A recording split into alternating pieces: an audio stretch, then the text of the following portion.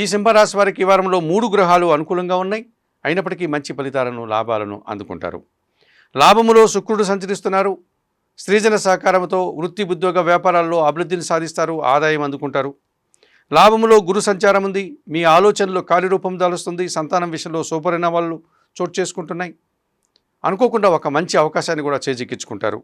దశములో చంద్ర సంచారం వల్ల వృత్తి, ఉద్యోగ, వ్యాపారాల్లో సజావుగా ముందుకు సాగుతాయి. మనసుకు నచ్చే విధంగా సంతోషంగా కాలం గడుపుతారు. ద్వితీయములో కుజ సంచారం ఉంది. కుటుంబంలో అశాంతి, జీవిత భాగస్వామితో మనస్పర్ధలు, తండ్రితో అభిప్రాయ భేదాలకు అవకాశం ఉంది. అష్టమంలో శని సంచారం ఉంది.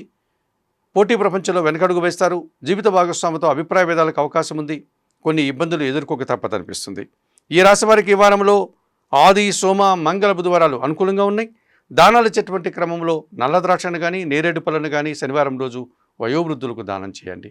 స్తోత్ర పారాయణ విషయంలో సుందరకంఠ పారాయణం నిత్యం చేసుకోండి. ఆలయ సందర్శన కార్యక్రమంలో భాగంగా ఈ సింహరాశి వారు ఆంజనేయ స్వామిని దర్శించి నమస్కరించుకోవడం వల్ల మరింతగా మంచి ఫలితాలను అందుకోగలుగుతారు.